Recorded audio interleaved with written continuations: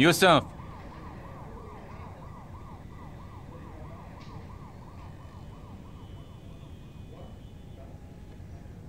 پاشا بیا رئیس کارت داری.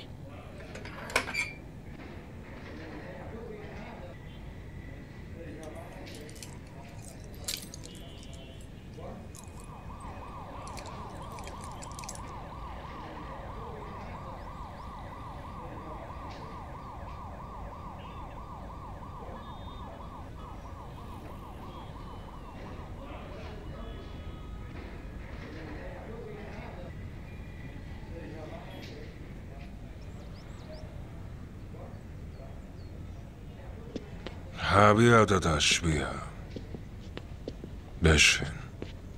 دوتایی میشینیم و صابونه میخوریم. بشین بشین دیگه. ای بابا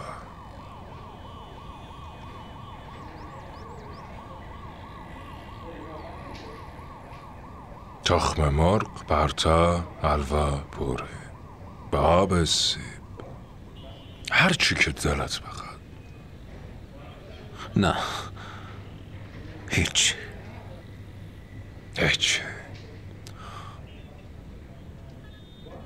بدون خوردن غذا عشق چیز خوبی نیست. نکه دارم جوک میگم. تخم مرغ بخور. تخم مرغ خیلی مقفیه. نمیتونم بخورم. چرا؟ قبل بازجویی یکی زد تو دهنم. نمیتونم. عوضی تو دهنت زده. بگو کی بوده؟ نمیدونم. درد داره؟ دندونم شکسته. چای تو بخور. چای تو که دیگه بخور. قبلا هم بازداشت رفتی؟ یه بار. به چه جرمه؟ همین قضیه. یعنی تو قبلا هم اونو دزدیده بودی؟ تاج یه چک زد تو صورتش، اونم شکایت کردن. گفتن که میخواسته بکشتش. آدما یه پول دارن دیگه. فقط پول دارن، ظرفیت ندارن. یعنی چی ظرفیت ندارن؟ یعنی ظرفیت. تو نمیفهمی. باشه اینو بگو که این عشقی که میگی چیه؟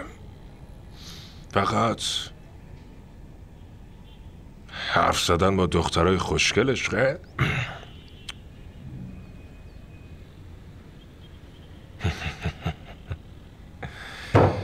چیه؟ جوابی نداری بگی؟ نه، ولی من بهت میگم یه جواب مخصوص خودت. به خاطر یکی الکی تو بازداشتگاه افتادن، از آدمی مثل تو کتک خوردن، باهاش نشستن و صبحانه خوردن و زر مفتشو شنیدن. به این میگن عشق. بزن!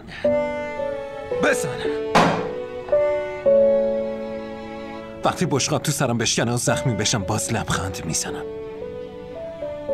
اگه تو به ماسی بزنی درد میکشی. اون وقت میفهمی که عشق چه معنایی داره. دیدی؟ جوابی نداری بدی؟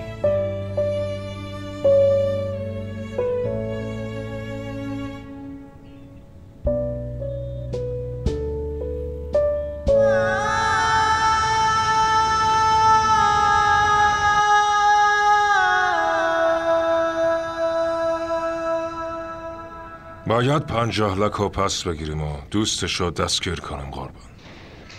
اسلحه‌شو گرفتین؟ بله قربان، اما اسلحه‌ای که ازش گرفتیم واقعی نیست.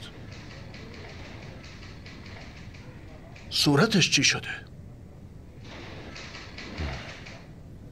توی تعقیب و گریز با صورت خورد زمین قربان. 3 روز بازداشت بشه. بررسیاتو بکن و گزارش بده. نیازی به بررسی نیست قربان. شما خودتون ازش بپرسین. این زخم برای چیه پسر؟ با بشقاب چینی زد تو سرم. پول نداری برای خودت وکیل بگیری؟ پول داشتم آقا، اما پدرم به رئیس پلیس داد. از دادنشون خیلی ترسیده بود. چقدر باج گرفتین؟ اون قضیه باج کاملا دروغه آقا. ما فقط 2 روز عمران مقیس رو تو خونه نگه داشتیم تا نتونه بره عروسی. اون اسلحه هم کاملا تقلبی بود.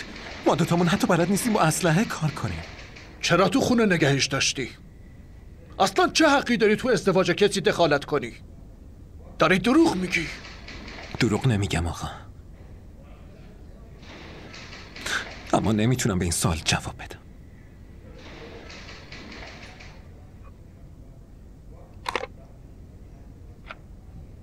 این پرونده رو بررسی کن و زود به هم گزارش بده. دفعه بعدی هم برای بررسی کردن موضوع خودش بیاد.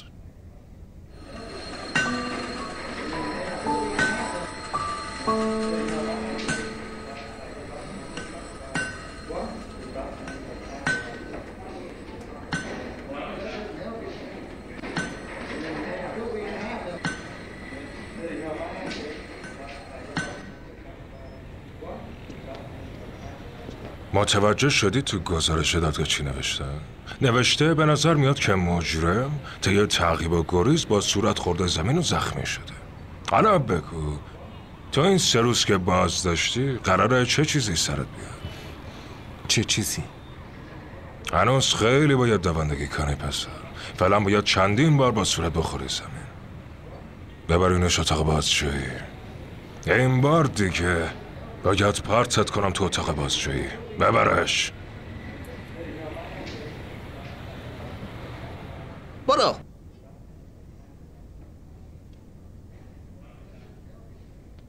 زود باش.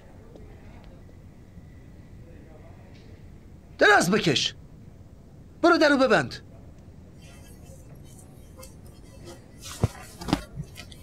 تنابو بیار. تناب.